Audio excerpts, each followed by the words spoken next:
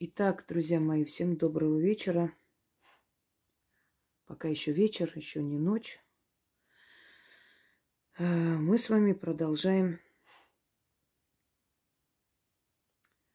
мистические истории, а именно цикл роликов «Мир мистики». Итак,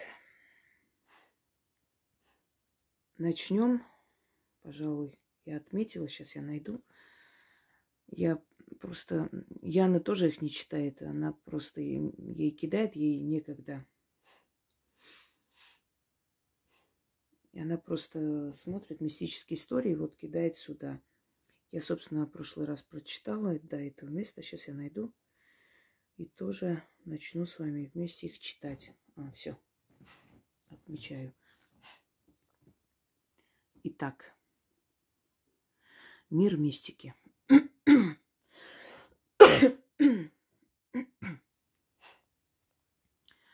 Уважаемый Инга, здравствуйте. Хочу поделиться своей историей. Услышав рассказ женщины о встрече со стражником, который был в черном одеянии, в капюшоне без лица, я поняла, что пришло время и мне рассказать о похожей ситуации в моей жизни. Было это летом в 2021 году.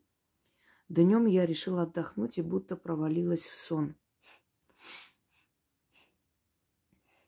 Но это был не сон, а реальность, причем реальнее, чем наяву.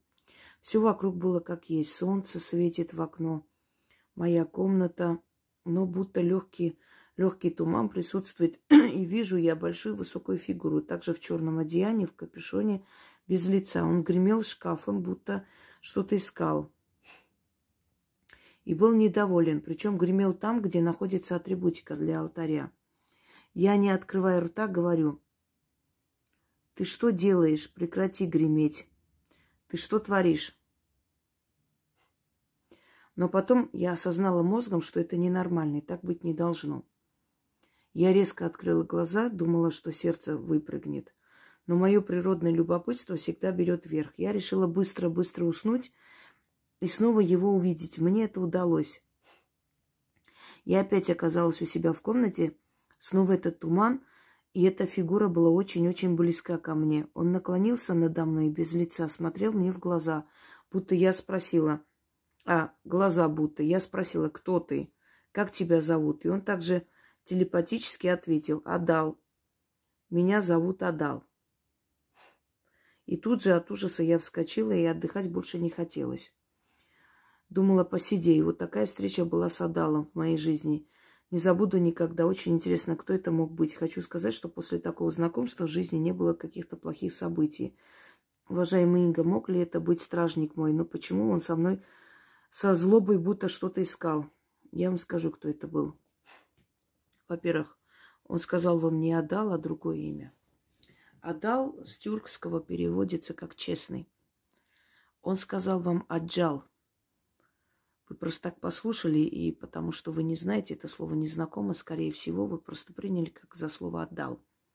Навряд ли он сказал Адал. Аджал. Аджал в арабской мифологии – это дух неизбежности, рок. Это конец жизни человека чаще всего. У нас говорят, если человеку пришел аджал, то, знаете, такое вот выражение, ну вот на кой черт вот он ночью попёрся там через лес, и вот его там волки растерзали, и говорят: видимо, его аджал пришел, конец пришел, его неизбежность пришла. Вот он и пошел туда встретить его. Он вам сказал аджал, и это очень плохо. Я вам посоветую мне написать. Я объясню вам, что надо делать. Обычно, когда к человеку приходит аджал, через 6 лет он умирает. В течение 6 лет. Это неизбежность. Я бы хотела, конечно, вам не сказать ничего такого, не пугать.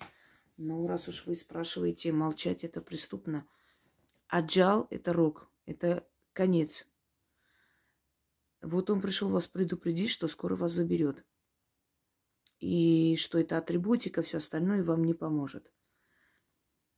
Понимаете, одно дело, когда человек делает мои работы, они ему помогают, это замечательно. Другое дело, когда человек приходит и с ним работает ведьма. Это совершенно другая сила. И тогда неизбежность отходит на второй план. Человек сам свою неизбежность остановить не в силах. Вот в чем проблема. Аджал, он сказал. И это очень плохо. Аджал – это рок, неизбежность, конец пути. Подумайте над моими словами. Вот почему он пришел, гремел и смотрел вам прямо в глаза. Пойдемте дальше. Итак, история произошла, когда она явилась ко мне перед операцией в спальню, видела ее очертания. Над дверью в углу. Она была строгая и сказала, что мне нечего бояться, операция пройдет успешно. Я на следующий день в операционной пыталась ее найти, но безуспешно. Но операция прошла хорошо, это правда. Можно ли зажигать свечу, если явилась покойница? Это как-то наполовину сказано, непонятно.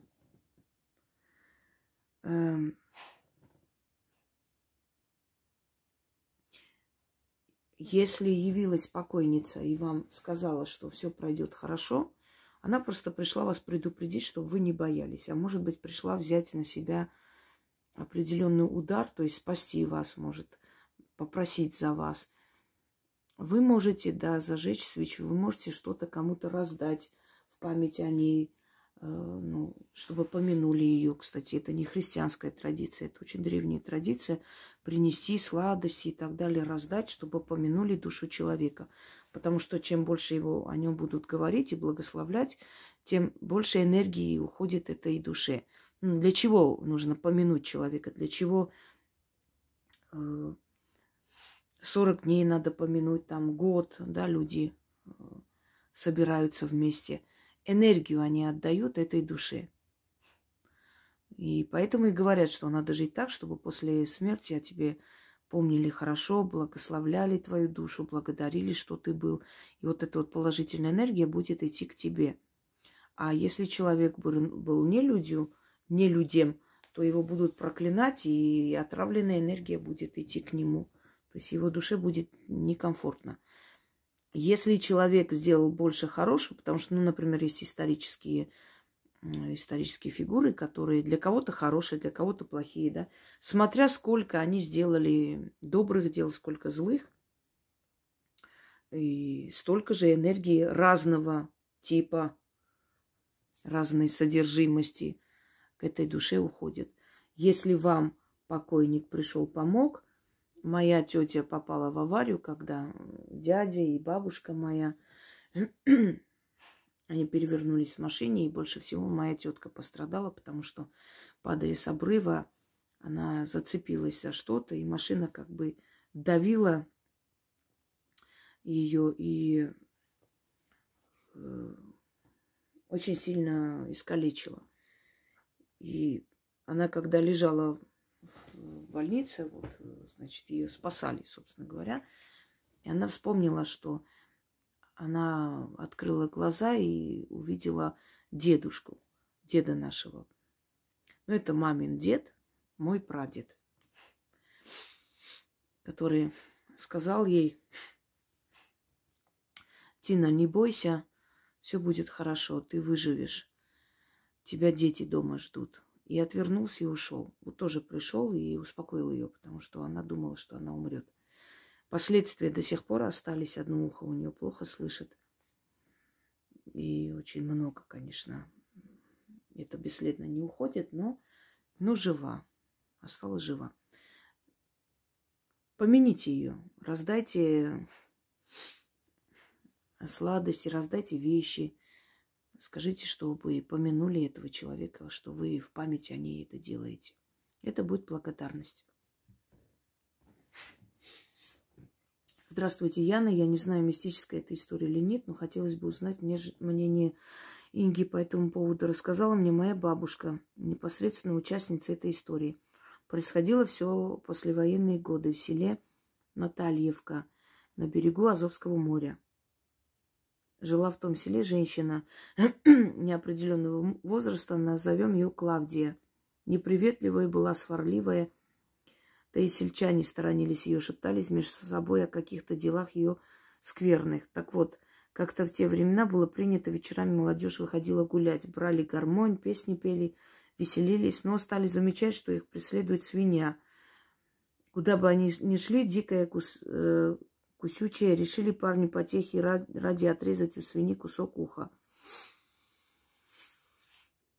Решено, сделано, свинья с визгом убежала. На утро видели ту Клавдию с перебинтованной головой, а фельдшер сказала, что у нее уха нет. Совпадение или нет? Заранее благодарю. Нет, не совпадение. Я вам хочу сказать, что во многих мистических историях рассказывается о том, что ведьмы принимают различные обличия. Что они то в кошку превращаются, то в собаку, то еще в кого-нибудь, то лезут в чужой там коровник, доят корову и выходят под видом черной кошки. И я вам расскажу такую историю. У нас в селе жил мужик, и называли его колдуном. Это давно, очень давно, давнишний рассказ моей бабушки. В общем, его считали колдуном. К нему приходили, он помогал, хотя он говорил, что он сельский врач. Что он просто знает, какие травы надо там заваривать и так далее. И однажды у нас вообще там медведи не водятся. Нет, есть, конечно, в лесу подальше, но прям вот к нашему лесу ближе нету такого. Не слышала, чтобы медведи выходили к людям. И как-то увидели, начал выходить медведь из леса зимой причем, шатун, и забирать, значит, коров, телят и так далее. А через несколько дней видели, что этот колдун там на рынке стоит, мясо продает. Потом опять вот медведь заходит в коровник, дерет там одну корову, в другую вытаскивает, забирает. Ну, как бы начали думать, что это не совсем медведь, а для отвода глаз одно животное убивает, другое забирает. Подходят к этому колдуну и узнают, значит, голову коровы, которую там якобы медведь задрал, милиция, прокуратура. В общем, его там потащили туда, по судам. Но ничего доказать не смогли. Он сказал, что да, он нашел туша медведя, где-то валялась. Ой, медведя, коровы. Ну, не видели же люди, что он вытаскивал, нет свидетелей. И один из таких сельчан, у которого там коровник был на краю села, значит, переночевал на крыше и выстрелил прямо этому медведю в ногу. Тот заревел, убежал. И на следующий день с утра пораньше сельчане пошли к этому мужику открыть двери, а он лежит раненый в ногу. Вот. Ну, его не стали избивать, все такое. И говорят, что через некоторое время он сам ушел из села. Что это было? Я хочу вам объяснить. Друзья мои, на самом деле ведьмы, колдуны не могут оборачиваться в животных. Но это невозможно. И физически невозможно, и... то есть энергия животного и человека, она настолько разная, что преображаться в это невозможно. Возможно использовать энергию животных. Знаете, что есть порчи наслать, например, медведя на село. Да, такое страшное дело существует. Приходят возле дома. Не буду говорить, что там делают, что закапывают. Некоторые слова начитывает и уходит. И в ту же ночь медведь приходит и заходит в дом и дерет всю семью. Например, в Африке колдуны призывают на голову своих врагов львов. И вот прайд львов просто начинает приходить в эти селения, убивать население, сжирать и прочее. И они очень верят в это, и это реальность. Как-то я смотрела, Дэйв Салмони, по-моему, его зовут, да. Он грек, он дрессировщик, он ученый, профессор. И Салмони, да. он, значит, в Африке пытается найти контакт с дикими львами. Он львов дрессирует, и он пытается найти контакт, можно ли, значит, сосуществовать человеку со львом и так далее. И его пригласили на какую-то церемонию. Вы можете даже набрать Дэйв Салмони, очень интересный человек. На какую-то церемонию его пригласили, что вот шаман приедет. То есть на это село приходят все время гиппопотамы, бегемоты. А они очень опасные звери, я вам скажу. Они развивают очень быструю скорость. Пусть никому не кажется, что он такой неуклюжий, не догонит. Больше всего погибают людей в Африке именно от гиппопотамов. И все время, значит, они приходят в это село. Их там ничего не заманивают, ничего нету такого, чтобы им было интересно туда идти. Они приходят, и все время жертвы, и все время разрушений после них. И пригласились шамана, он сказал, что какой-то шаман навел проклятие. Оказывается, какого-то шамана, в общем, этим селом обидели, что-то не то сказали, не то сделали. И он ночью там наслал на их голову этих гиппопотамов. Он говорит, я ученый, я пока не увижу своими глазами, я не поверю. И тут шаман ему говорит, вот под этим домом что-то закопано. И это что-то привлекает этих гиппопотамов сюда, в это селение. Вот здесь копайте. Начинает копать. Там камни, там это все. То есть оно сделано там давно, вот год назад с чем-то уже заросло травой. Они начали копать. Копает, и он ему говорит, а теперь засуньте, говорит, твои руки и вытащите то, что там. Он, значит, сунул руку и говорит, это что-то живое. У него сердце бьется. Говорит, вытаскивайте, а там кукла. Кукла-бегемот, вот маленький бегемотик из тряпки сделанный. Говорит, вы знаете, если бы я сам не видел, я бы в жизни не поверил, что это реально и возможно. Что он нечто живое внутри. Но эта кукла, она не может быть живым. То есть там ничего нету, ничего не дышит, не говорит. Но это было живое нечто. То есть настолько это сильное, знаете, вложенная туда вот ярость и все прочее. И это такая замануха. То есть это некая сущность, которая внутри просто как живой организм живет и дышит. И привлекает их. После этого, значит, прекратились эти все атаки гиппопотамов и прочее. Теперь хочу вам объяснить, может ли обернуться колдун или ведьма в животное? Нет. Но существует очень...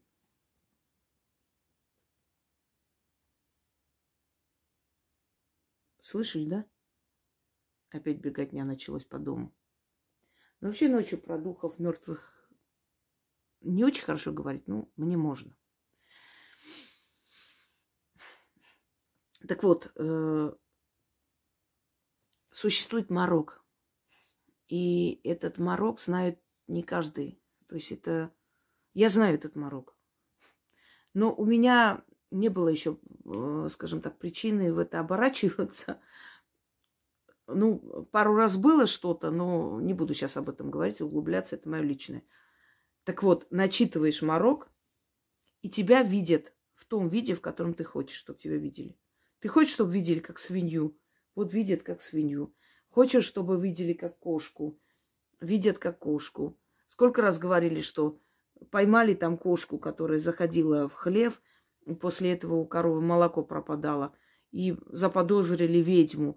Значит, ударили этой кошке, там, сломали лапу. На следующий день соседская бабка хромает. Понимаете, есть люди, которые наделены силой. И они когда-то помогали людям. Они были доброй душой. Но вот озлобились. Каждый человек по-своему устроен. Озлобились эти люди. И больше не хотят использовать свою силу для добрых дел. Они хотят вредить. И они вредят. Вот из этой серии. Она не стала свиньей. Просто этим молодым казалось, что это свинья. Она навела на них морок, и перед их глазами казалось, что это свинья. Один колдун на Руси, кажется, Тамбовская область, сейчас точно не помню, Ерофей, кажется, его звали, наказал 2 баб, которые над ним смеялись. Он был такой, значит, бородатый мужик, и две бабы начали над ним смеяться, высмеивать его. Коммунистическое время, ой, нету никакого бога черта, нет никаких колдунов, все это аферизм, вы мошенники и так далее. И он ничего не сказал. И тут эти бабы идут купаться на речку. Он смотрит им вслед, что-то наговаривает, они поворачиваются, и вместо того, чтобы идти на речку, они уходят в центр села. Раздеваются и начинают якобы плескаться, то есть в воздухе там плещутся. А мужики собираются и начинают над ними смеяться, они же голые. Тогда же не было купальников вам или чего, там было вот просто женское место, где они купались. И вот они в центре села, полностью раздетые, начинают делать вид, как якобы купаются. А Ерофей стоит, что-то читает. И сельские мужики все собираются, бабы начинают орать, кричать. И тут Ерофей отворачивается и уходит. И эти две бабы просто одумываются, очухиваются, просыпаются и понимают, что они абсолютно голые, стоят посреди села, и им кажется, что они в реке плескаются. Понимаете? Есть очень сильные колдуны, которые могут и вам навязать мысль, якобы вы там вот здесь находитесь. Иллюзия. Не все то, что кажется правдой. И сами могут на вас навести, чтобы вам покажется, что вы видите кошку или собаку. А на самом деле это человек стоит.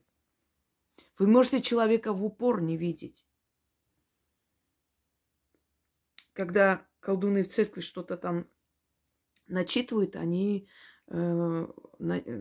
кое-что наводят на людей, и люди могут его в упор не видеть. Они стоят, он подходит. Вот этим механизмом пользуются цыгане. Но не все цыгане, конечно, колдуны и маги, как некоторым кажется, но некоторые из них очень сильны в этом. И это внушение, гипноз, начитывают, подходят. Ты можешь просто все снять и им отдать.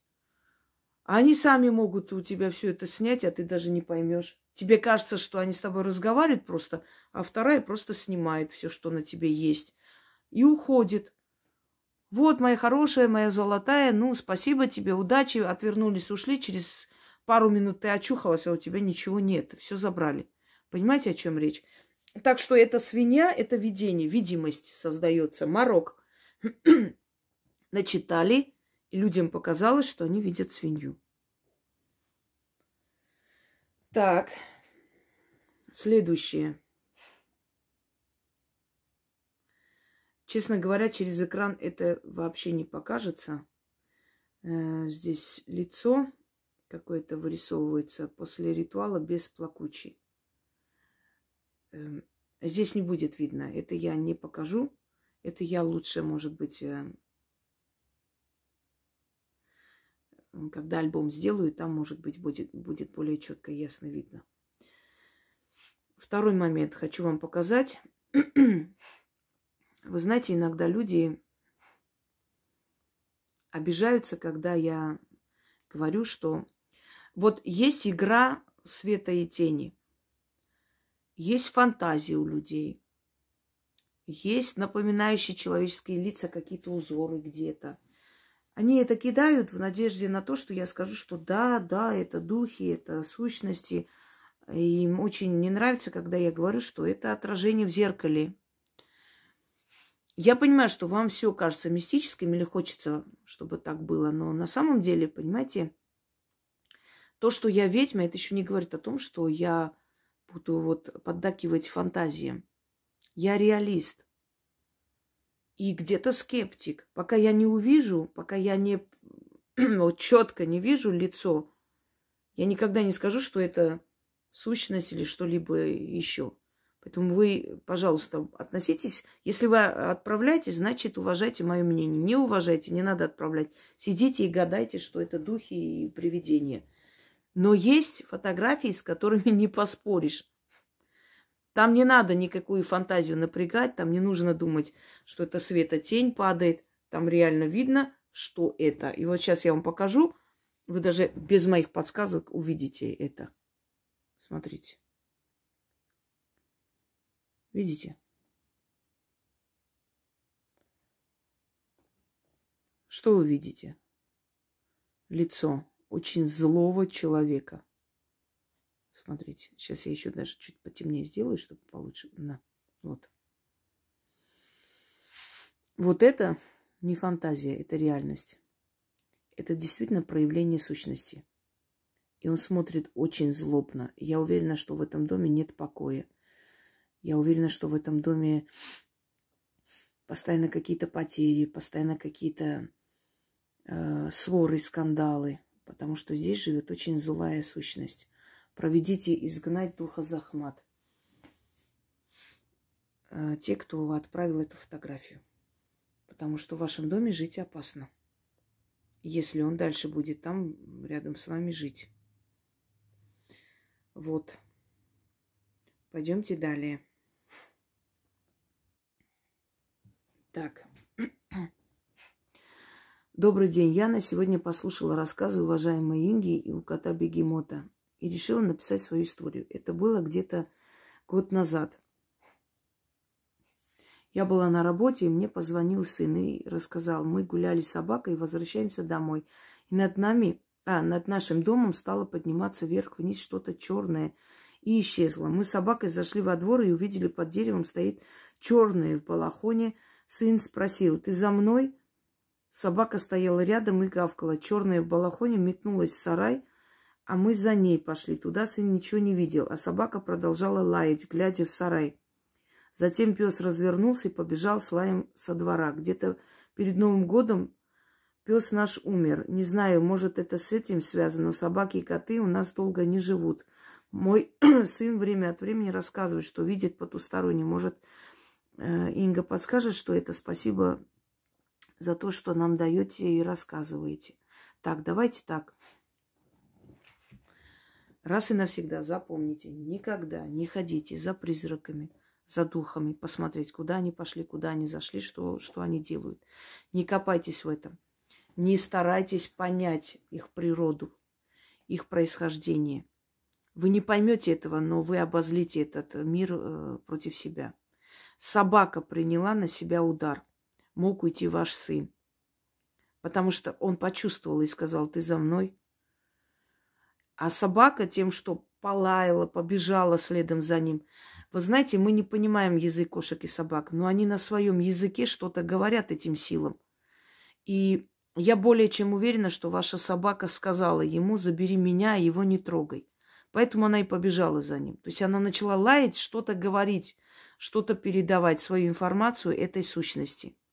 Это очень опасно. Человек может получить физическое увечье. Вы даже не представляете, как. Может нож лететь, может в этом сарае что-нибудь острое, которое висит, могло бы ударить его в голову. И вы даже не поняли бы, что это такое. Я вам рассказывала, что у нас человека посадили за это. Дали им еще тогда 20 лет. Правда, он не весь срок отсидел. И не смогли доказать. То есть сказали, что это было по неосторожности. Пришлось так сделать, потому что судьям же не скажешь, что, вы знаете, вот это дух был и привидение. Они сидели, и нож просто огромный, тесак, вот так вскочил с места, где лежал, и ударил этого человека в сердце. И там были люди, были свидетели, все говорили.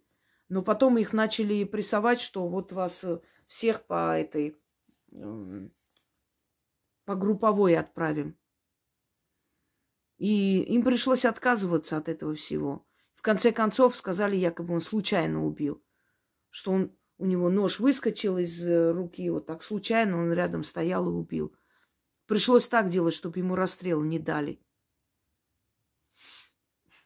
Понимаете, они очень опасны. Эту природу ты не знаешь. И, может быть, этот мужик тоже как-то видел кого-то в доме, тоже подразнил, что-то сказал, и в конце концов ему так отомстили. Они питаются нашей болью. Именно поэтому говорят, что когда человек пьяный, у него нет защиты. Во время похорон нельзя было пить, кроме кисели ничего. Считалось, что в этот момент сущности приходят за новой душой, и они могут разозлиться, обидеться, а у тебя как раз нет защиты, они могут вселиться в тебя, они могут тебя отомстить, забрать твою удачу и так далее. Это настолько опасно. Природу никогда не ищите, не ходите за ними никогда. Вот звуки слышите в лесу, там котенок, ребенок плачет, вот человек пошел за ним. Теперь плачет с другой стороны. Сразу поймите, что вас морочат. Вернитесь назад. Не ходите смотреть, что это такое. Я помню, когда мы в детстве играли во дворе и возле там собачьей будки увидели прям темная тень, как фигура очень высокая стоит. Мы тоже пошли смотреть, что это такое. Нас как током ударило. Я помню, что моему брату двоюродному стало плохо. Его плохо, то есть его прям скрутило, он упал. И эта тень продолжала стоять, смотреть на нас, а потом исчезла. А мы пошли природу посмотреть, то есть этого создания, что это такое. Я помню, когда мы взрослые там сидели, гуляли, какой-то праздник был, и поскольку дома наших бабушек рядом, нас, детей, привели в этот дом спать. Ну, естественно, мы спать не собираемся. Ну, легли сначала, пока взрослые уйдут, а потом начался у нас там кардебалет. И мы в окно смотрим, огонь гуляет по двору. Огонь. Просто огонек маленький, вот так вот гуляет. Тоже у нас брат сказал, пойдем посмотрим, что это такое. Я говорю, ты в прошлый раз забыл? Ты снова хочешь? Понимаете, звуки, голоса. Да, ищите ответ, понять, почему они пришли, что они хотели. Но никогда за ними не ходите. Вы тем самым их злите. Они не просто так приходят, они не по своей воле приходят, их отправляют. И мой вам совет, заговорите это место. Это нехорошее место. Пока кошки и собаки берут на себя этот удар и за вас уходят, но когда-нибудь может прийти ваш черед. Это очень опасное место. Лучше напишите, я вам посоветую и объясню, как это сделать. Скорее всего, у вас под домом кто-то захороненный. Обычно в этих домах смерти, постоянно смерти, кто-то захоронен. Может, это в стародавние времена, может, это во время 90-х, кто его знает, что там было. Когда вы купили этот дом, когда его строили. Может, до этого было, потом это все ослабло и по новой началось снова и опять через некоторое время. Вам надо поинтересоваться. Но то, что эта сущность пришла о чем-то предупредить, о чем-то нехорошем, это факт.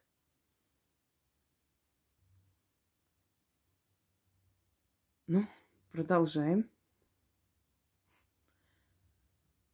У меня тут опять домовенок прям бегает тут, понимаешь?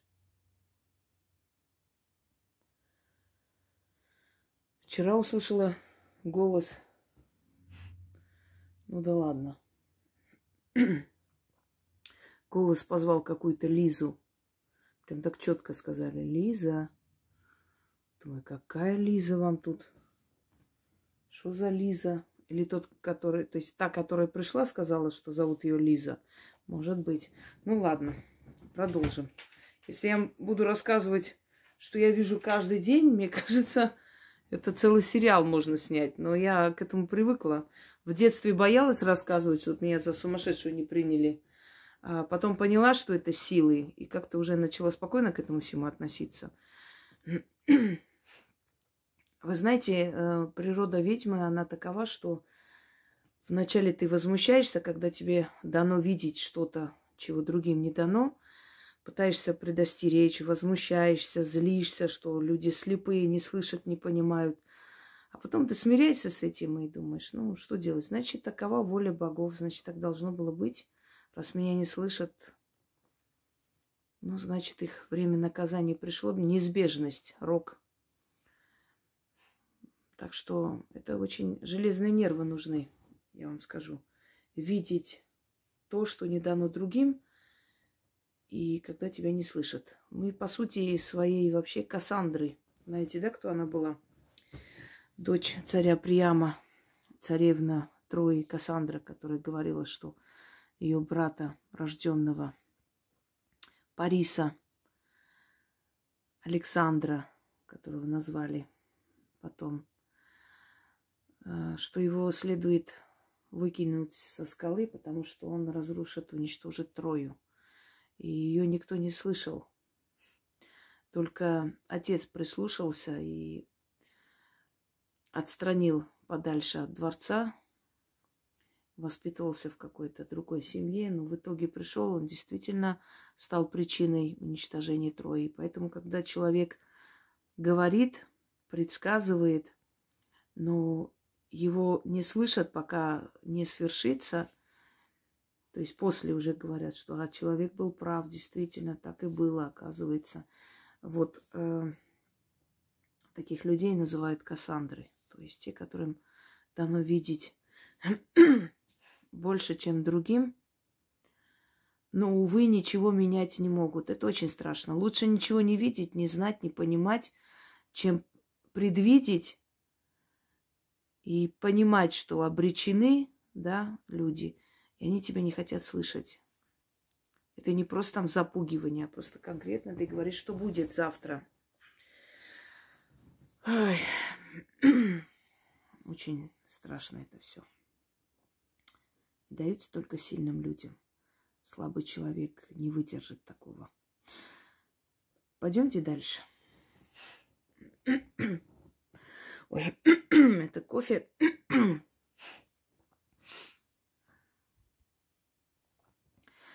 Здравствуйте, милая Яна и многоуважаемая Инга. Хотела рассказать вам о мистической истории своей семьи. Я слушала лекции Инги про смерть. Она часто нам объясняет, что если умирает человек, то обязательно за тобой еще унесет 3 смерти, да. Не только человеческой жизни, но также и животного мира. Если есть 4 смерти подряд, значит, открывается дверь. И надо потом читать заговор. Даже не 4 смерти. Даже если уже 2 смерти за короткое время есть, уже надо читать заговор. Потому что 4 смерти – это дверь. Это называется смертельный четырехугольник или смертельный квадрат. 4 смерти образуют дверь. Открывается дверь и начинает уходить туда род в семье. За несколько десятков лет почти никого не останется. Вот заметьте, если кто-то умер, следом 3 смерти обязательно. То есть 3 смерти идет, еще 2 смерти. Вот 3 смерти точно должно быть. Ну, например, там дедушка умер. Потом следом, может быть, его сестра или племянница. Ну, тоже уже старые люди, имеется в виду. Может быть, потом вот собака старая, уже от старости умерла. Но именно совпало в течение там года-полтора они ушли. Друг за другом.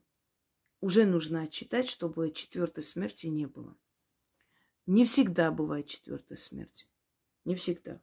Но если она была, это уже опасно. Это надо остановить. Это всегда говорит о том, что, понимаете, многие роды прервались в этом мире. Новые создались. Смотрите, мы, так, грубо говоря, продукт скольких родов. Вот у вас мама, папа. У них есть свои родители. У тех родителей были свои родители.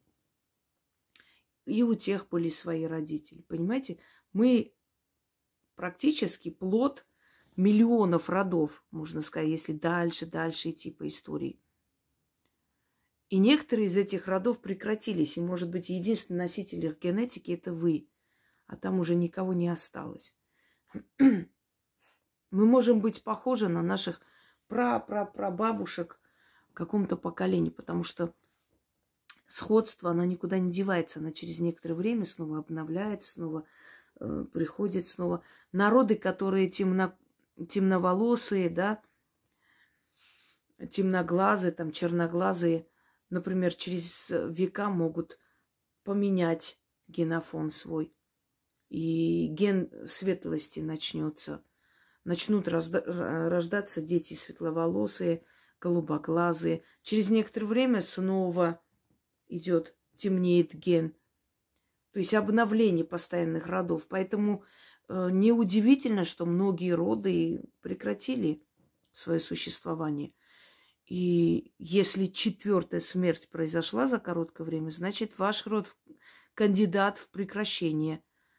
И надо с этим что-то делать. Давайте прочитаем. Просто проясняю, что 3 смерти не страшно. В принципе, 3 смерти всегда друг за другом следуют. Одна смерть и обязательно еще 2 следом должны идти. Начнем.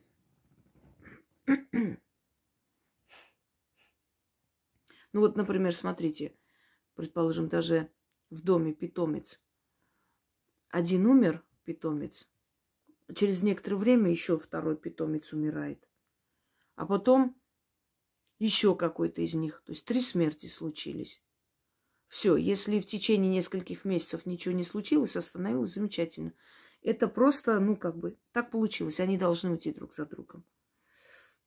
Это цепочка. Но не умирает один человек. Вы внимательно просто проследите за этим. Вот у вас там какой-нибудь родственник умер, предположим, ну вот болел человек. И через несколько месяцев еще кто-то там, тетя, которая болела, умерла. Проходит некоторое время, узнаете, что там чей-то, ну, их племянник, их же из их семьи там разбился или что, вот и он погиб. Все, 3 смерти. Ой. И у меня так, собственно, случалось.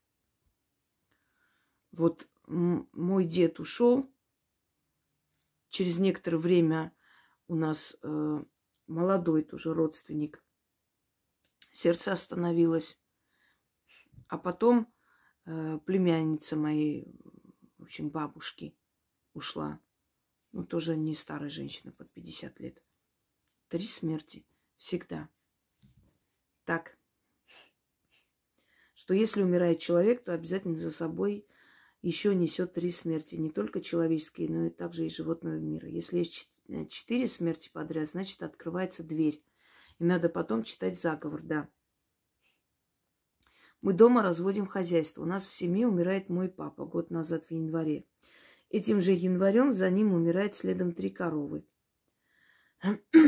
Проходит год. Уже в этом году, тоже не январь месяц. Если животные умирают следом, не открывается этот четырехугольник. Люди, 4 человека, если умерли. Животные могут уйти за человеком. Это считается тоже цепочка смертей. Но вот этот смертельный четырехугольник, дверь не открывается. Потому что это животные, это не люди. Надеюсь, поняли разницу. Так. Проходит год, и уже в этом году, тоже январь месяц, умирает еще 2 тёлки. И 2 теленка на подходе.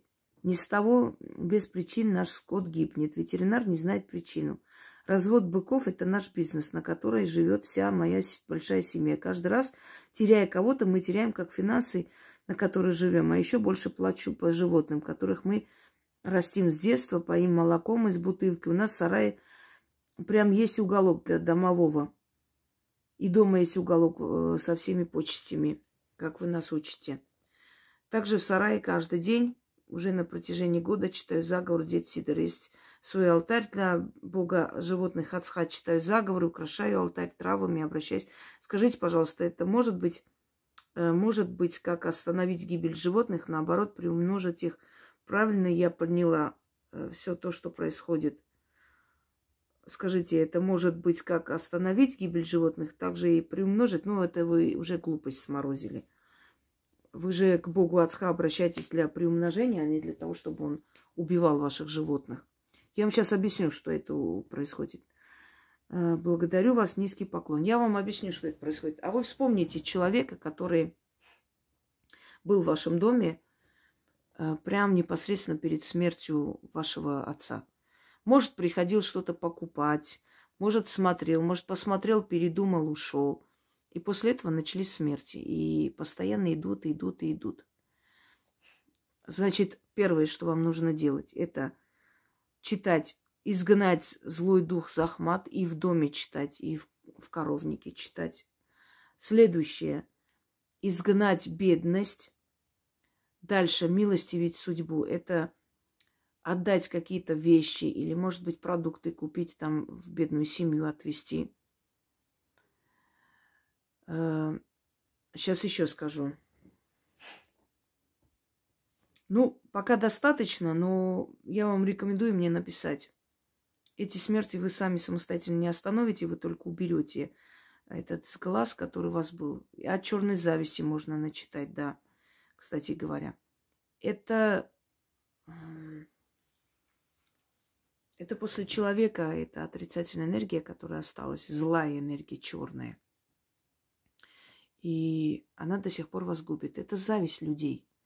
Вы же работаете, никто же не смотрит на то, сколько усилий нужно приложить, чтобы было такое хозяйство, там, сколько нужно работать, сколько нужно сил вкладывать, энергии. Это никого не волнует. Они видят результат. Это зависть. И она способна, из глаз, из зависть, они способны вот так вот, можно сказать, уничтожать хозяйство и жизнь человека. Напишите мне, я вам объясню, как и что. И всем, кому я сказала мне написать, напишите Яне, она мне передаст, я зайду, прочитаю, потому что вы сами понимаете, сколько людей мне пишут, я могу и месяцами не видеть ваше сообщение. И последнее читаю.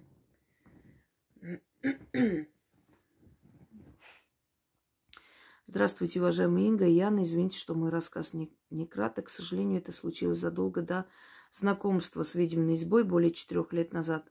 После просмотра ролика у кота-бегемота все-таки решила написать. Я уже спала и через сон почувствовала, что кто-то пристально сверлящим взглядом смотрит на меня. Открыв глаза, я увидела что-то за дверного косяка, взявшись за него, 2 руками вглядывает нечто в плаще с капюшоном грязно-болотного цвета. Выше среднего роста вместо лица была темная пустота, из которой выглядывали 2 больших глаза, белых глаза, извиняюсь, без зрачков. Кисти рук были похожи на усопшие кисти рук трупа с длинными пальцами светло-серого цвета и как бы стекали вниз, как жидкость. Я обомлел. Хотел закричать, позвать жену, которая находилась в тот момент на кухне. Но язык мой онемел. Хотел вскочить с кровати, но мое тело было словно приковано к кровати. А данное существо, изучающе смотрело на меня. Нашему псу, немецкой овчарке, был тогда почти год, щенок. Он спал рядом с моей кроватью на полу. Голова его находилась под кроватью. Я услышал сильный удар под кроватью. Мой щенок, не знаю, как вскочив, ударился головой об кровать. Выскочив, стал громко лаять и пытался прогнать его. Существо, вытянув шею, долго смотрело на него, а потом, можно сказать, потекло обратно за дверь. После чего в нашей спальне, где все это произошло, появился жуткий запах гниющей плоти с блевотиной. Мы с супругой сначала подумали, что это наша собака, но все было чисто. Пришлось проверить проветрить комнату, чтобы избавиться от вони. Фактически мой щенок своим лаем, попытками прогнать его, спас меня от неизвестности. Интересно, что наша 12-летняя дочь, которая спала в этой комнате, несмотря на шум, гам и запах, так и не проснулась. После тщательных поисков мы никаких следов так и не нашли. Но я видела его, как реального человека. В эту же ночь мы с супругой Ириной вспомнили, что когда дочке было 3 года, во время сна она резко проснулась, присев на кровать, стала резко отмахиваться от воздуха, а потом резко стала плакать, как резаная. Мы ее долго не могли успокоить. Почему мы запомнили этот случай? Потому что супруга тогда принесла свечку, зажгла, и она стала загорать, как бенгальский огонь, выстреливая свои искры и огоньки вперемешку с воском по всей комнате. Также стала гореть 2-я свеча. Я к чему добавила историю с дочкой? Возможно, это существо и раньше было у нас, ведь малыши видят намного больше. После данного случая, встречи этого существа, у нас никто не умер, но стали происходить совсем другие вещи. Моя старшая сестра в Ереване просто оскотинила на меня, оскотинилась, наверное, без какой-либо причины, всячески блокирует, чтобы я не мог общаться с мамой, натравливая и настраивая ее против меня. Еще мои дела пошли под откос. В прошлом году, совсем недавно, я раскрестился после супруги а также провел 2 ритуала для устройства на работу. Но за что не брался, вроде бы все вот уже должно получиться, и под конец все сделки рушатся. Несмотря на мое образование, стаж, опыт насчет устройства на работу, пошли отказы за отказом. В подавляющем большинстве случаев, даже после подтверждения моей кандидатуры, все равно отказы. Я человек пробивной, оптимист, но уже руки опускать. Я уже влез в долги. Возможно ли все это проделки моей сестры, так как с детства она постоянно гнобила меня, завидовала, что у меня есть уважающее меня окружение. И повзрослев, я соскочил из-под ее диктата, обзавелся семьей, ребенком, а она нет. Постоянно оскорбляла мою жену, дочь, даже будучи в гостях в Ереване в отцовском доме. В 3 часа ночи выставила обоих на улицу. По сути, в чужом для них городе. Слава богам, мои друзья помогли. Нашли кровь для моих девочек и отправили обратно в Москву. После пережитого я перенес инсульт. Подскажите, пожалуйста, что это было за существо? Если тут какая-то взаимосвязь насчет всего этого есть, если возможно, посоветуйте, пожалуйста, как мне поступить с Жирайр. Знаете, что я вам скажу? Вам надо мне написать. Это смертная порча. Это мертвый дух. И след вашей сестры тут замечен. Не она сама сделала, она попросила, она заказала. У нее есть страх, что родители что-то вам оставят. Этот ребенок, если можно так сказать, с самого детства, как будто не из вашей семьи. И вы иногда подозревали, что она, может быть, от чужих родителей, может, усыновили мои родители, то есть удочерили ее, потому что абсолютно злобное существо. Она, во-первых, она хотела женить вас на своей подруге, и этот план не удался. И у нее есть ненависть к вам, абсолютно ненависть, без основания, то есть ненависть, но эта ненависть уже передалась и вашим родителям. Первое, что я хочу вам сказать, отсеките таких родственников, как бы это ни было тяжело и больно, если, знаете, вы не напьетесь у высохшего колодца, если они не хотят вас знать. Вы должны не хотеть знать их, даже если это родители. Без разницы. Пока они сами не поймут, не очухаются, не придут в себя от того, что творят, вы не обязаны кланяться ему. Это мертвец. Это порча на смерть. На ваши фотографии привязали мертвую силу, и он просто к вам явился. И если так дальше пойдет, сначала у вас работа и плохо с финансами, потом вы разведетесь с женой, потому что вы начнете грызться, ненавидеть друг друга, а потом просто все закончится большой катастрофой. Напишите мне. Я вам объясню, что и как это делать. И этого мертвеца нужно отсечь. Я вам помогу его отсечь. Потому что, никто не сможет его убрать. Если я не вмешаюсь, он не уйдет никуда. Вы не сможете своими силами. Я вам посоветую, какие ритуалы провести, но только после того, как он уберется. Это очень опасно. Это умерший человек. Он просто показался в таком виде, в котором он был. Чаще всего делают такие манипуляции на могиле, знаете, пьяниц, наркоманов, самоубийц, на могиле маньяков, в общем, отрицательных персонажей. И у них нет покоя, и они с радостью идут делать гадости, чтобы забирать какую-то часть энергии людей, потому что им эта энергия просто жизненно необходима, чтобы существовать в пространстве и не мучиться. Они этим питаются. Это ваша сестра. Но я хочу вас предупредить. Как только я этого мертвого отправлю обратно, она у вас может умереть. Или станет инвалидом. Выбирайте. Если вы будете охать и ахать по ней, то я не возьмусь. Потому что человек должен понимать и нести ответственность за свои деяния. Если она решила, что имеет право убить вас, вашу семью, а это убийство, больше никак, то вы должны понимать, что вы имеете право ей отправить это обратно. Нужно думать, что ты делаешь. Этот мертвец, я его не возьму себе, я его не отдам соседям, я его отправлю тому, кто отправил. И причем этот мертвец уйдет не к ведьме, которая это сделала, а к заказчику. Ведьме можно все.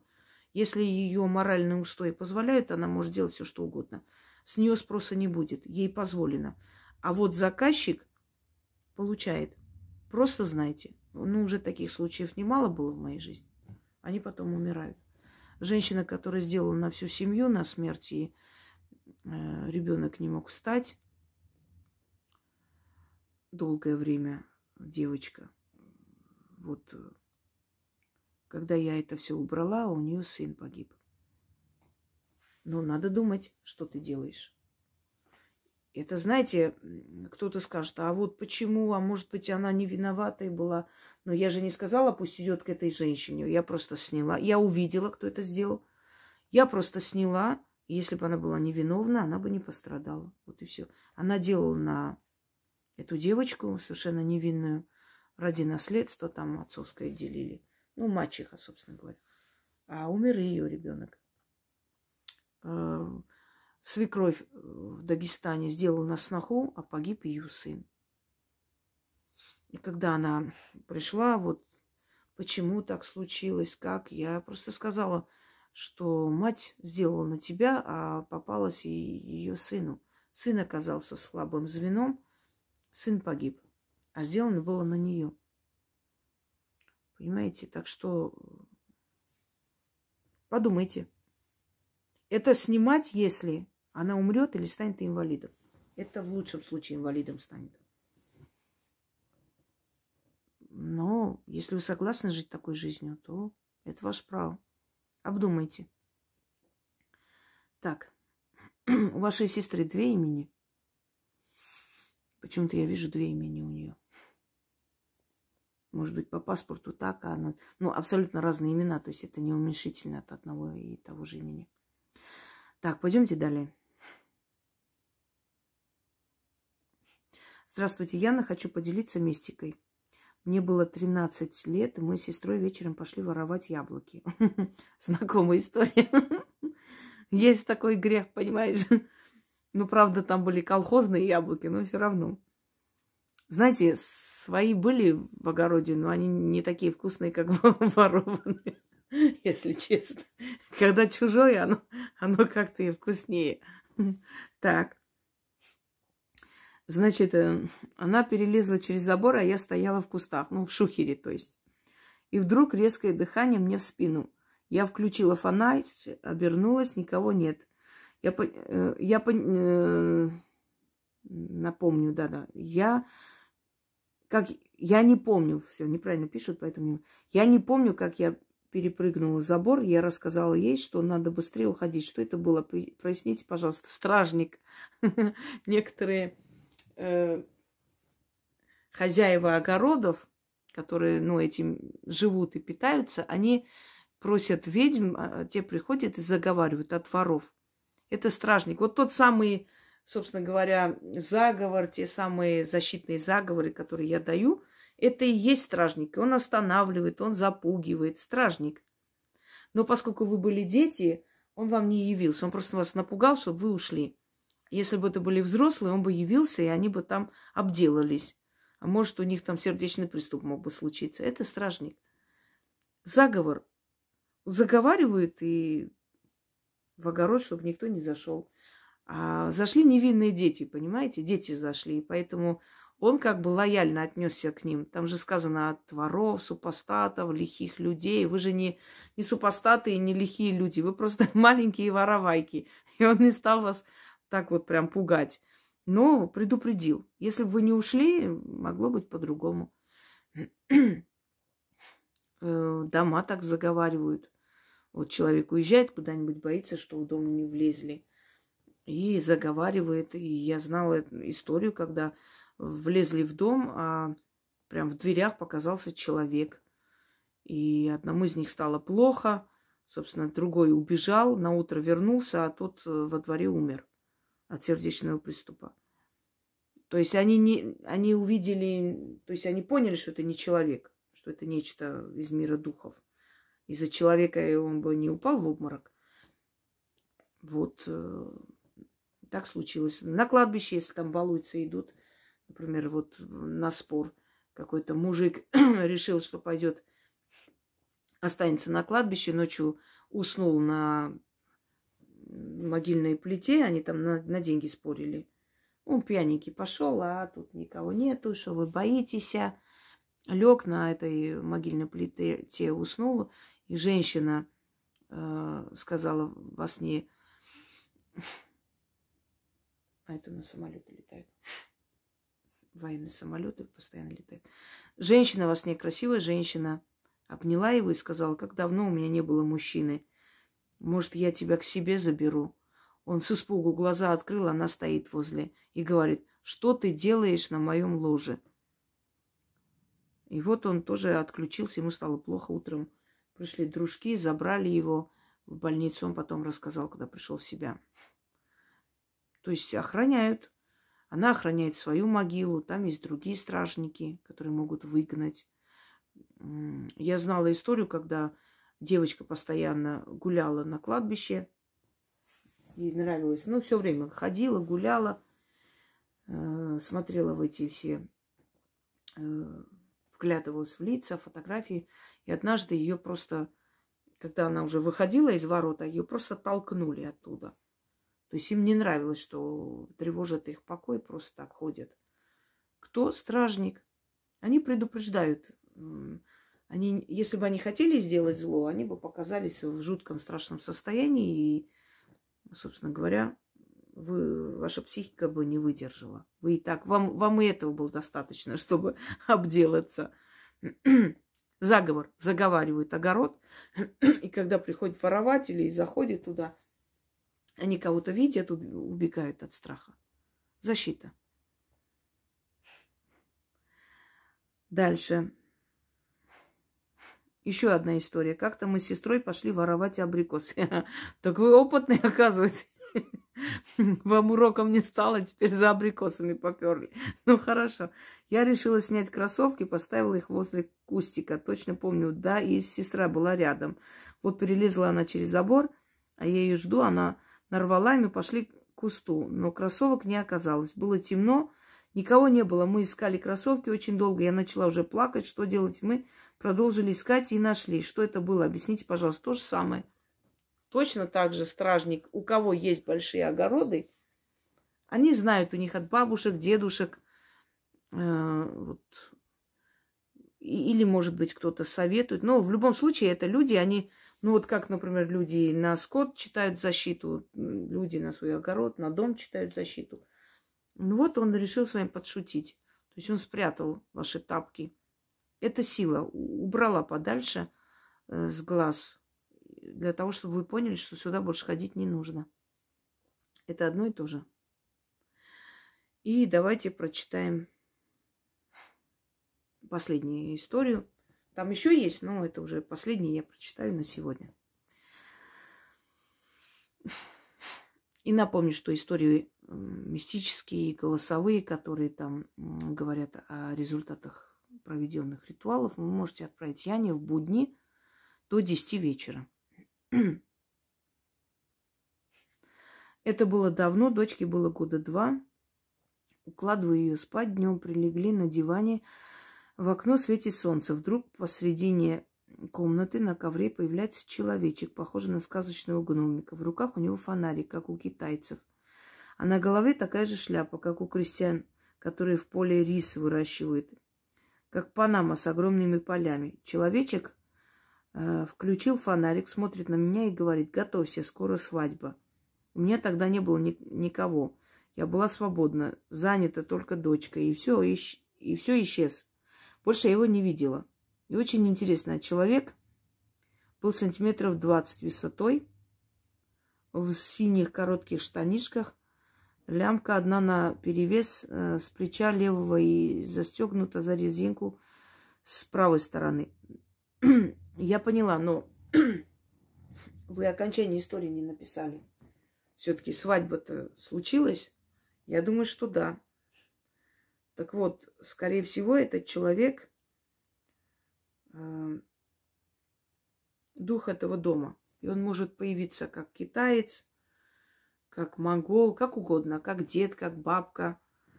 Он просто пришел и предупредил вас, чтобы вы были готовы к этому. Почему предупреждают? Ну, казалось бы, придет эта судьба, придет, встретится, полюбит. И зачем говорить об этом? А потому что если это твоя судьба, если это тот человек, который тебе подходит, силы хотят, чтобы ты эту возможность не упустила. Вот поэтому они приходят и предупреждают. А так, казалось бы, смысла нет. Придет человек встретиться и встретится. Зачем об этом заранее говорить?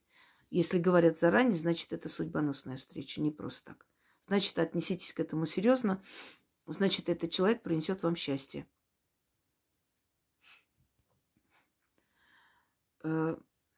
Сейчас вам скажу такую же историю про вот готовьтесь и так далее.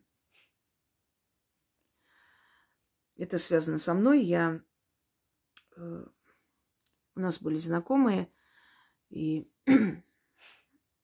девушка эта рано вышла замуж, родители выдали, но там оказалась не очень хорошая семья, моральные уроды, можно сказать. И она ушла. Она очень скромная, не скажу, что красавица, замкнутая, ну, тем более просто вот не из тех женщин, которые там будут знакомиться, все такое.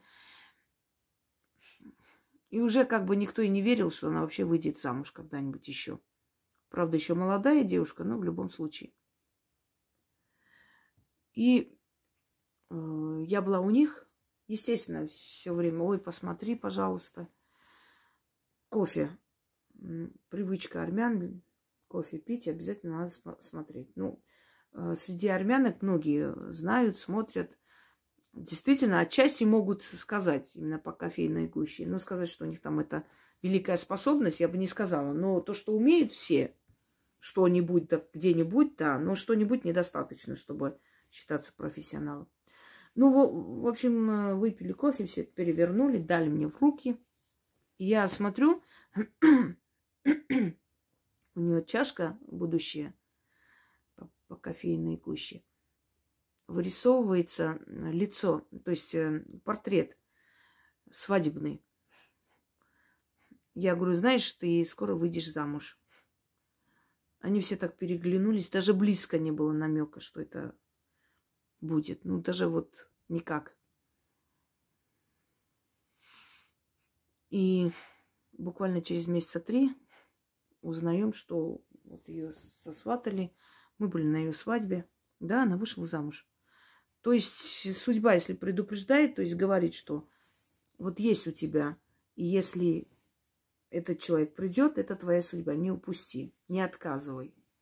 Вот о чем речь. Вот почему судьба приходит и говорит. Просто люди говорят, да какая разница, случится и узнаем. А какой смысл, если вот, например, через сны, через приметы, вот духи предупреждают, как бы, что вот скоро у тебя вот это будет. Ведь у многих людей это бывает. Да, у многих бывает, но не у всех от судьбы и от сил это приходит. А если силы для тебя лично определили этого человека, вот сказали, что вот жди эту встречу и не упускай, мы отправляем его, они будут предупреждать. И если вас предупреждают, это значит, вам говорят, что это мы отправляем, это твое, не упусти. На сегодня достаточно, друзья мои. На днях еще сниму, а пока что отправляйте, я буду новые истории загружать. Всем спокойной ночи. Уже ночь, да. Начали вечером, закончили ночью. Всем удачи.